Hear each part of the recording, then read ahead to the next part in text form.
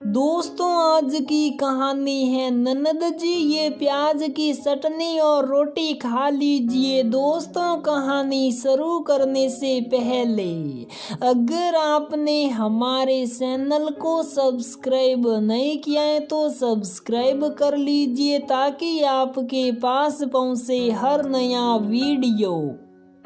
भाभी, ये सासा जी की बहू बहुत घमंडी है, क्या बात ही नहीं करती। जब भी वो मुझे देखती हैं घूंघट करके सीधे चली जाती हैं। और नरेश भी नहीं आया मुझसे मिलने, कोई बात हुई है क्या? मुग्धा ने अपनी भाभी कविता से पूछा। नहीं मुग्धा, ऐसी तो नहीं है वो, जब भी कभी मिलती हैं बड़े अच्छे से बात करती हैं। पता नहीं आपसे क्यों नहीं बोल रही, और घर में भी कोई लड़ाई झगड़ा नहीं हुआ है। शायद देवर जी को टाइम नहीं मिला होगा। आजकल उनकी आर्थिक स्थिति ठीक नहीं है, इसीलिए परेशान होंगे तो नहीं आ पाए होंगे। कविता ने थोड़ा मुस्कुराते हुए बोला और अपना काम करने लगी। मुग्धा पूरे 7 साल बाद अपने मायके आई है। मुग्धा अपने दोनों भाइयों से छोटी हैं, पर अपने सासा के बेटे नरेश से थोड़ी बड़ी हैं। अपने भाइयों से तो हमेशा डरती थी, पर नरेश को हमेशा डरा कर रखती थी। खूब लड़ना झगड़ना और फिर मान जाना सब नरेश के साथ ही होता था। मुग्धा के पापा की सरकारी नौकरी थी और सासा जी खेती करते थे। पापा ने अपने खेत भी सासा जी को दे दिए थे ताकि वो आराम से रह सके। शादी से पहले मुग्धा के दोनों भाइयों की नौकरी लग गई थी, पर नरेश का तो पढ़ने में मन ही नहीं लगता था। पर उस समय मुग्धा को इन सब बातों से कोई फर्क नहीं पड़ता था। बस दोनों भाई बहन एक दूसरे के साथ खुश रहते थे। मुग्धा की शादी पक्की होने पर कितना रोया था वो, क्योंकि मुग्धा के पति अमेरिका में नौकरी करते थे और शादी के बाद वो इतनी दूर जा रही थी। उस समय तो सभी ने दोनों को ये बोलकर शुभ कराया था कि आजकल कोई दूरी दूरी नहीं है। जब मन हो फोन पर बात कर लो, जब देखने का मन हो वीडियो कॉल कर लो, और जब आना हो आ जाओ, क्योंकि 7 समंदर पार की दूरी भी अब एक दिन में तय कर ली जाती है। पर बेटी का ससुराल 7 गांव छोड़कर भी हो तो वो महीनों मायके नहीं आ पाती। मुग्धा तो दूसरे देश गई थी, वो भी नरेश की शादी में नहीं आ पाई थी। कितना मन था उसका, पर पति देव को टाइम ही नहीं मिला और छोटे भाई की शादी में नाचने का अरमान दिल में ही रह गया।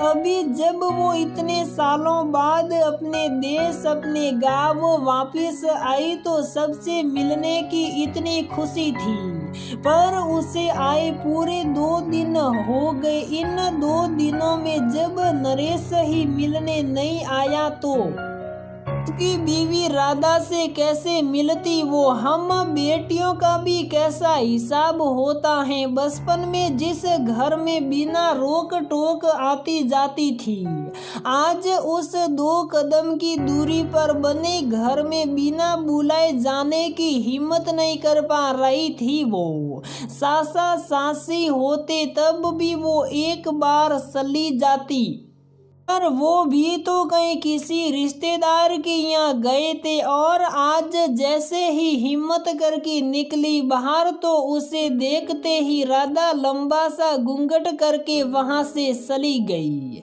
मुग्धा उन्हीं पैरों से वापिस आ गई थी, पर उसका मन नहीं मान रहा था।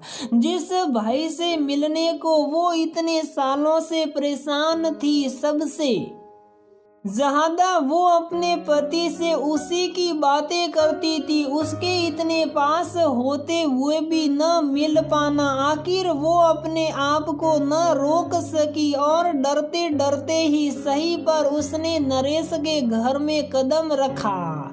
उसे आया देख राधा की तो जैसे सिटी पिटी गुम हो गई, खुश होकर चिल्लाते हुए भागी, ये जी अमेरिका वाली दीदी आई हैं। ये सुनते ही नरेश भी जल्दी से कमरे से बाहर निकला और मुग्धा को देखते ही खुश होकर गले से लिपट गया और बोला, कैसी हो मुग्धा। मुग्धा ने गले लगे लगे ही अपनी मोटियां भींचते हुए नरेश की पीठ में 2-3 गुस्से मार दिए और गले में अटके शब्दों को बमुश्किल निकालते हुए बोली, क्या नरेश, तू तो मुझे बिल्कुल ही भूल गया। तू तो बोलता था कि अपना झगड़ना कभी कम नहीं होगा, पर तूने तो बात करना ही छोड़ दिया। नरेश ने मुग्धा को कंधे से पकड़ते हुए कहा, कैसी बातें करती हो मुग्धा, कोई भाई कभी अपनी बहन को भूल सकता है क्या। और हाथ पकड़कर अंदर ले जाकर मुग्धा को बिठाते हुए बोला, मुझे लगा तो अब विदेश में रहने लगी है तो भूल गई होगी मुझे। मुग्धा ने अपने आंसू पोंछते हुए कहा, ऐसा कैसे हो सकता है, जब भाई नहीं भूल सकता तो बहन कैसे भूल सकती है। और मैं तो यहाँ 2 दिन से आई हूँ तो मिलने क्यों नहीं आया मुझसे। नरेश कुछ गंभीर होते हुए बोला, क्या बताओ मुग्धा, घर की हालात कुछ ठीक नहीं है। यहाँ कोई अच्छा काम नहीं मिला तो शहर जाकर काम करने लगा, वहाँ से अभी आया हूँ। और आते ही राधा ने बताया कि तुम आई हो तो मैं बस तुमसे मिलने आ ही रहा था, जब तक तुम आ गई। मुग्धा ने राधा की तरफ देखकर कहा, नरेश, तुमने राधा को मेरे बारे में नहीं बताया। ये मुझे देखकर लंबा सा घूंघट डालकर भाग आती हैं। तभी राधा हकलाते हुए बोली, दीदी, इन्होंने तो मुझे सब बताया है, पर आप अमेरिका से आई हैं और मैं गांव की हूँ तो मुझे लगा आप तो मुझसे बात भी नहीं करेगी, बस इसीलिए आपको देखकर भाग आती थी। पर आप तो बहुत अच्छी हैं, आप में जरा सा भी घमंड नहीं है। मुग्धा को हंसी आ गई। वो राधा को घमंडी समझ रही थी और राधा उसे घमंडी समझ रही थी, जबकि दोनों ही एक दूसरे से बात करने में डर रही थी। तभी नरेश ने कहा, राधा कुछ खिलाओगी नहीं अपनी ननद को।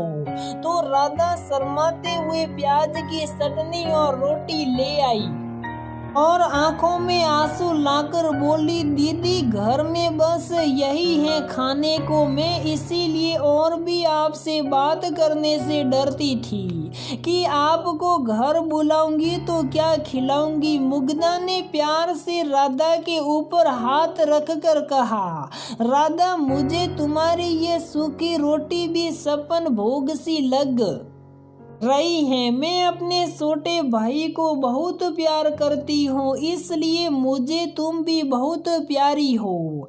तुम्हारा न बोलना मेरे लिए बहुत दुखद था। अब से ये कभी मत सोचना कि मैं कहाँ से आई हूँ, बस इतना सोचो कि तुम्हारे पति की बहन हूँ मैं, और जो तुम सब खा सकती हो वो मैं क्यों नहीं खा सकती। राधा ने मुग्धा को गले से लगा लिया और रोते हुए बोली, सच में ननद रानी, आप तो बहुत अच्छी हैं। मैं बेकार ही अमेरिका का नाम सुन डर रही थी, आप तो बिल्कुल हम सब के जैसी हैं। उसकी ये बात सुन नरेश भी हंसते हुए बोला, आखिर सिखाया तो मैंने ही है ये सब। इसे सभी लोग एक साथ हंसते हुए खाना खाने लगते हैं। तो दोस्तों हमारी ये कहानी यहीं पर समाप्त होती है। अगर आपको हमारी ये कहानी पसंद आती है तो प्लीज़ वीडियो को लाइक करें, शेयर करें और हमारे चैनल को सब्सक्राइब ज़रूर करें।